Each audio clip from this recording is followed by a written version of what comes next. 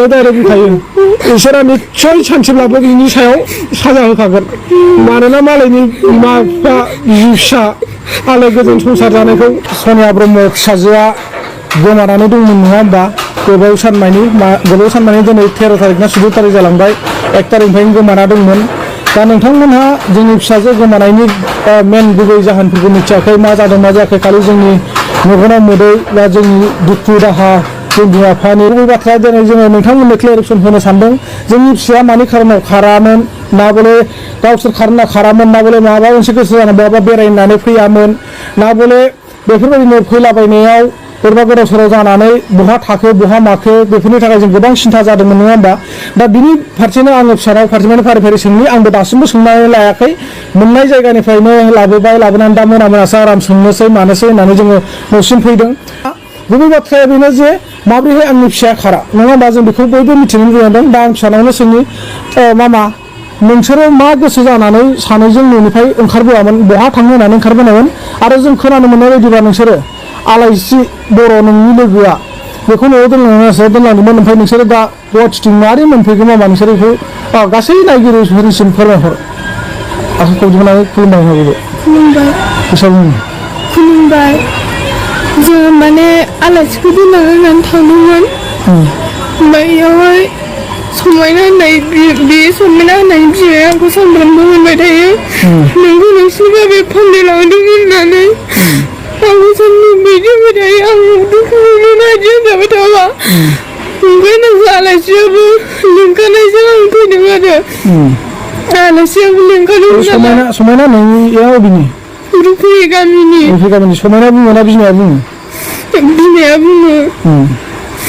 लोगो मोनबानो होनबाय थायो आंखौ आच्छा बहा फाननो लांदों होनना बुङो बुंबाय ओमफ्राय नोंसोर दा बेखौ दुखु मोननानै नोंबो फैखाबाय आलासिजों फैनानै नोंसोरो बहा थांनो होननानै फैयामोन माने नोंनाव बे खोथाखौ नङा होननानै सोंनो होननानै फैदोंमोन आरो बङाइगावआव थांनायखौथ' नोंबो मिथिगौ मिथियो मिथिनानै नों बै मानसिनावनो मानो उल्था माल्था सोंनो रोंदिया नोंखौथ' आं फरायनानैसो लांदोंमोन बेयावबो नङा होमबा नों थानो सुखुवाखै होननायखाय लाबोफिनबाय आं नोंखौ नङा होमबा बेवलाय आरो मानो फाननो लांदों जाखो दा मेन बाथ्राया नुदोंना गुबुननि बिमा फिसा न'खर संसार आलो गोजोन जानायखौ गुबुना मेगन साग्रा दङ रायजो राजाफोर दै दा फिसाया जि बाथ्राखौ खोनादों बेखौ आङो नै फिसानिनो समाय बा फिसानिनो खर' दांनानै आङो लोगोसे बिमानिनो खर' दांनानै आं समाय लादों आं बेबायदि माब्लाबाबो सानाखै गोरोन्थियावबो बे बाथ्राया मालाबाबो जानो हाया बे रं एन्सार बा रं कुइसन बिथांमोनहा मा साननानै जे जोंनि न'खराव बेफोरबायदि अर सुदों जों बेखौ बुजिया नाथाय दिनै जोङो न'खराव गैया होननानै हालाय हाफाय गुबुन जायगायाव थानानैबाबो जों फिसाफोरनि थाखाय माबा मोनसे खालामलांनो हागोन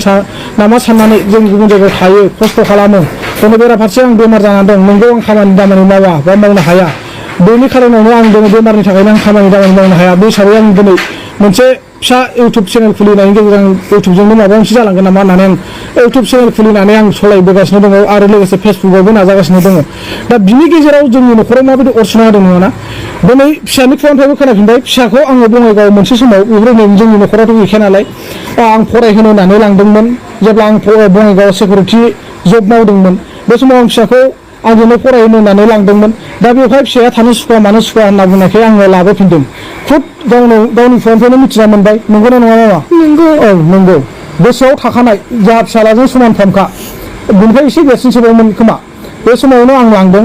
लांनानै फिसाया फरायनो बेयाव थायाबाबो आं न'आव थांफिनसै होनबाय आं लाबोफिनबाय न'आव दिनै फैनानै आंनि फिसाया 13-14 बोसोर जाफैनाय समाव बेबायदि अर सुना होदों बिथांमोनहा मा साननानै बिदि सुना होदों बिनि भाबा निस्सय बारग'आ इसोरा दङ इसोर गैया होननानै रावबो संसाराव बुंनो हाया इसोरा दङ बिथांमोनखौ बिनि भाबखौ इसोरा होखागोन बिनि साजाखौ इसोरा होखागोन दा नायगिरि भिउआर्स नोंथांमोना सेलेक्सन खालाम थारैनो दिनै फिसाया मा बाथ्रा बुंदों आरो बिनि एन्सारा फिसानावनो दंखायो फिसायानो होफिनखाबाय नङा होमबा आं फरायहोनो होननानै लांदोंमोन फिसाया फरायनो सुखुवा माया होननायखाय आं लाबोफिनदों नङा होमबा दा नोंसोरो गुवाहाटियाव पल्टन बाजाराव जे ओंखारफैदों गुवाहाटि स्टेसनाव बेवहाय नोंसोर सानबेसे थाखो बेवहाय जोङो माने 2 थारिख खालि फैदोंमोन नालाय 2 थारिख खालिनो जोङो आंथ' लामाखौ सिनायला ट्रेनजों फैफेराखै बेयाव आं बेखौ आलासिखौ होनबाय आरो सासे लोगो मोनदोंमोन नालाय पुलिसखौ बेयाव बियो होनबाय आरो जोङो लामाखौ आन्दायबाय होननानै बुङो आरो ओमफ्राय जोंखौ दोनलांनो हागोन नामा होनदोंमोन बियो ओमफ्राय जोंखौ थानायाव लानानै थांदों आरो थानायाव लांनानै मानो फैदोंमोन मानो मादोंमोन होननानै जोंखौ सोंनाय जादों बिसोरो ओमफ्य जों बिदि खोन्थानानै ओमफ्राय दसे थानानै जोंखौ माने मेडिकेलावबो लांदों चेकआप खालामनो मेडिकेलाव चेकआप लांखांनानै ओमफ्राय जोंखौ बे CWCआव लानानै फैदों आरो बिदिनो बिमा बिफानि नाम आरि मासां बोसोर बेफोरखौ सोंदों ओमफ्राय सोंनानै जोंखौ माने बेयाव हस्टेलाव दोनहैदों आरो हस्टेल माने आश्रम दे रायजोफोर हस्टेल बायदियानो आश्रम बेयावबो माने गार्जेनफोर ओंखारफैथाराबा फोरोंनाय मानाय गासैबो सुबिदा दंजोबो आरो दा बेखौनो बुंनो सानो बे आश्रमनिफ्राय जोंहा सासे आब' बिथांजोआ खबर हरदों गोबांनो नाजानानै बे आब'निसिम आङो गोसो गोरबो सिंनिफ्राय माने रोजा रोजा साबायखर बावहरो जाहाथे बेफोरबायदिनो गोदाव सोराव जानाय गथ'फोरखौ लाखिना दोननानै जाहाथे न'खर गार्जेननिसिम खबर बा खौरां दैथायहरनायनि गेजेरजों जों न'खरनि गार्जेनफ्रा लांफैफिननो हायो बेनो बे आब'मोननिसिम रोजा रोजा गोसो गोरबै साबायखर बावहरो दा दिनै नोंसोरो बेयाव गोबां सान थाबाय नोंसोर बिमा बिफाखौ आबै आबौखौ जोंखौ गोसोखांदोंना गोसोखाङोमोन नामा गोसोखांदों ओमफ्राय नोंसोरो बै सार मेडाममोननि सायाव बुङोना बुङामोन एसेबो लोगोखौनो मोना मालाबा मोनो ओमफ्राय नोंसोर सोङोना सोङामोन जोंखौ न'आव माला हरगोन होननानै सोंबाबो एसे फन खालामनो होननानै बुङो आङो ओमफ्राय एसेथ' फन खालामनो होआ दा ओमफ्राय नोंसोरो सानैजों माने जेरावबो गिदिंबाय थानो मोनासै आरो बेयावनो पुलिसफ्रा मोननानै लांखाबाय दा बिसोरखौ हमनाया GRP होनना बुङो गाइसमोन माने गभार्नमेन्ट रेलवे पुलिस होनो नामाथाय फुल फर्माव दा आंबो मोजां बारा मिथिया बिथांमोना हमनानै माने बे आश्रमसिम दैथायहरदों दा मोजाङै मोजां सेफटियाव थादों गथ'फ्रा माबाफोर प्रब्लेम मोनदों नामा नोंसोर बे आश्रमाव गाननाय जोमनाय दुगैनाय जानाय लोंनाय सब होजोबखायो बिसोरनो साबोन सुबोन ब्रास कलगेट ड्रेस बेफोरखौ होजोबखायो ना ओमफ्राय दा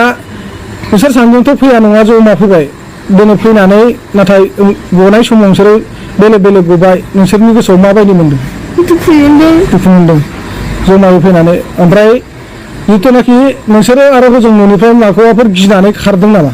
खाराखै नोंसोरखौ सोरबाफोर माबा होनदोंमोन नामा जेबो होनाखै जोंखौ दा आरो मा नोङो नेक्स्ट टाइम आरो मालाबा बेफोरबायदि खालामनांगौ नामा फिसा खालामा खालामबावोबा नोंनि थाखाय जों बेसेबां गोदाव सोराव जादों नोंखौ लानानै जोङो बेसेबां मालायनाव थाखा फैसा दाहार लानानै जों नागिरबायनो गोनां जादों जाया लोङा आं नोंखौ हर सान नागिरबाय थानो गोनां जादों बिमा बिफानि अननायखौ नोंसोर मानो बुजिया फिसाफोर मालाबाबो आरो बेफोरबायदि दाखालामसै बेसे उन्दैनिफ्रायनो बेसे ख' खालामनानै फेदेरबोबाय दा नों आरो आंनि बिखाखौ सोखावलांनो नागिरदों नामा गासैबो जोंनि फेसबुक नायग्रा इउटुब नायग्रा रायजो राजानिसिम खोमा खेबनानै समाय लानानै बुंहरदो दिनैफ्राय बिमा बिफाखौ बिदि खालामला होननानै बिदि खालामला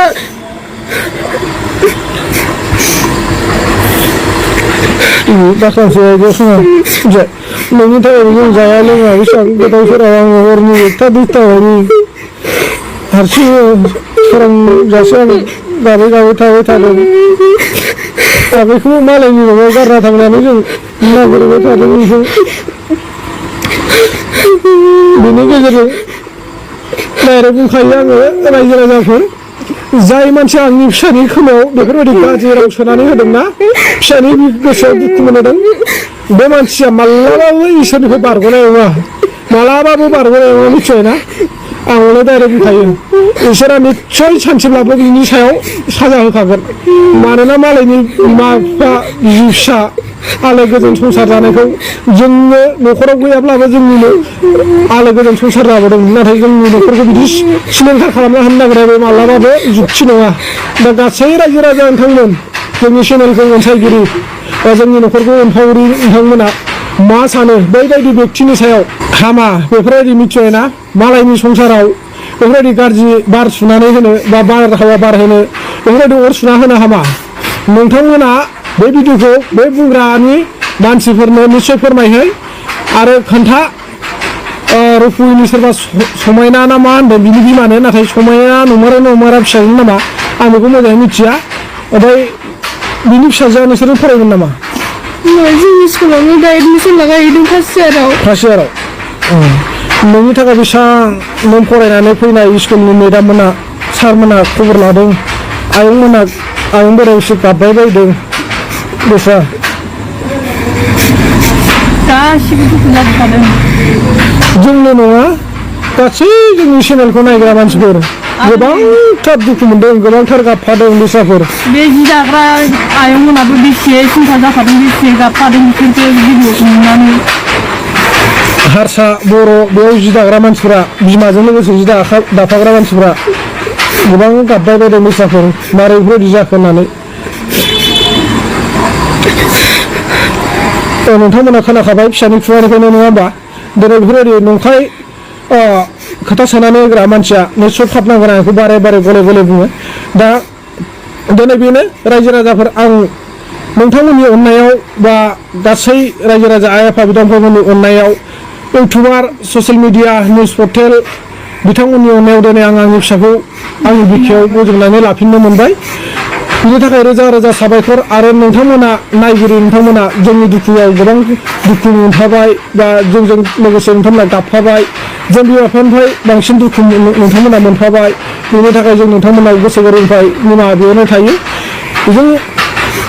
दा जोङो फिसाखौ मोननानै जोबोर खुसि निस्सय खुसि जादों मानो होनना बुङोब्ला बिखानि थैजों जोङो गथ'खौ जोनोम होदों जेब्ला गथ'खौ जों नांगौबा खबसे ओंखामखौनो दा मोनजाथों थेवब्लाबो फिसाफोरखौ जों रसा दानांथों साननानै जोङो फिसाफोरनि फिउचारनि थाखाय जों बेफोरबायदि गोदाव सोराव जों गुबुन जायगायाव थानानै सोलिनो गोनां जादों बा गुबुननि आथिङाव थानानै सोलिफैनो गोनां जादों अब्ला जोङो जुदि आं फिसाखौ फाननो लांमारदोंमोनब्ला मोनसे समाव दिनै आं फिसानि थाखाय मानो गाबै नागिरबायदों फिसाखौ मानो आं हालाय हाफाय गोदाव सोराव आं मानो हर सान जाया लोङा आं फिसाखौ मानो नागिरदों नोंथांमोना निस्सय बेयावनो बुजिखादों नङा होमबा नोंथांमोनानो सानदो आं सासे फिसा फाननानै जानो हाग्रा सुबुं जागोन नामा नोंथांमोना निस्सय कमेन्ट सेक्सनाव फोरमायहर ना दिनै आरो बिमानि खुगानिफ्रायबो खोनासंनानै ला थारैनो फिसाया बङाइगावआव मानि थाखाय थांमारामोन बै समाव खोनासंनानै ला खुलुमबाय रायजो राजा नोंथांमोन दिनै जाय मानसिया बेफोरबायदि रावखौ बुंदों बेफोर गासिबो नंखाय फिसाखौ जों मानो दोनहरनायमोन फरायनो थाखायसो दोनहरदोंमोन न'खराव हायैनि थाखाय बेखौनो दा मेगन गोसा सुबुंफ्रा मा बुंदों फिसानि खोमायाव मा सोनानै होदों नाथाय फिसाया बेखौनो दुखु मोननानै दिनै न'निफ्राय ओंखारबोनाय जादोंनो दा फिसानि खुगानिफ्रायनो मिथिनो मोनबाय रायजोफोर नोंथांमोना बुजिनानै लादो आरो जोंल' नङा बिबैमोन दङ बिसोरबो बिनि फोरमानाव दंजोबो न'खरैनो दंजोबो जोंहा फोरमान आरो खुद नोंथांमोनानो साननानै नाय आं बारंबार बुङो आं सासे फिसा फाननानै जानो हाग्रा सुबुं नामा नुयो नामा नोंथांमोना आंखौ फिसा फाननानै जानो हाग्रा बायदि कमेन्टआव फोरमायहर दा बेनो नोंथांमोना गासै बाथ्राखौ फिसानि खुगानिफ्रायबो मिथिबाय बिमानि खुगानिफ्रायबो मिथिबाय मानि खारनाव बङाइसिम लाङामोन आङो गथ'खौ नङा होमबा बैबाबो गाव गावनि न'खराव अबस्था गैयाब्ला सुबिदा गैयाब्ला जोङो सोरनिबा न'खरावबाबो बा आलासि दुलासिनि न'खरावबाबो जों फोरोंनो गथ'आल' गोरों गोरा जाथों रोंथों साननानै जोङो हालाय हाफाय जाखायो दोनहैखायो नङा होमबा नाथाय बे नङा जे दिनैसिम जोंनि फिसाया गोदाव सोराव जादोंमोन बे माब्लाबाबो रावबो खोन्थानो हायामोन बा बुंनो हायामोन जेराव दंमोन न'खरावनि मानसिफोरनावनो दंमोन दिनै नाथाय गुबुना ओरैबायदि गाज्रि बार सुना होनानै जोंनि न'खरनि गेजेराव गोबां दुखु दाहा लाबोबाय जोंखौ थाखा फैसा ऋण दाहार नांहोबाय बेनि फाबखौ आं बारंबार बुङो इसोरा होखागोन निस्सय इसोरा होखागोन दा बेनो आरोना गासै रायजो राजा नोंथांमोन जों बारा गोलावखौबो जेबो बुंनो रोङा जों सादा सिदा मानसि जाहैबाय जाम्बा जाम्बि सुबुं फरायनाय मानाय जोंहा गैया बेफोरबायदिनि थाखाय जों बिमा बिफा फरायनाय गैया बा जों फरायबोनो मोनासै होनना जों फिसाफोरनि सायाव मिजिं दङ आसा दङ दा बेनो जोङो बेखिनियावनो जोंनि नैबे फिसा गोमानायनि क्लियारेसनखौ नोंथांमोननो फोरमायबाय नोंथांमोनाबो जेसे हायो बे भिडिअखौ शेयार खालामना होफिनदो आरो बेखौ हले माब्लाबा दाबाव नोंथांमोना आंखौ फिसा फाननानै जाग्रा नोंनि नामा बे कमेन्टआव फोरमायहर आरो बैफोरबायदि सुबुंनि सायाव आङो जेबो एक्सन लाया थाथों बिथाङा सानसे समाव इसोरानो दंखायो जेब्ला इसोरानो साजा होगोन आं बेखौसो सानो आरोखि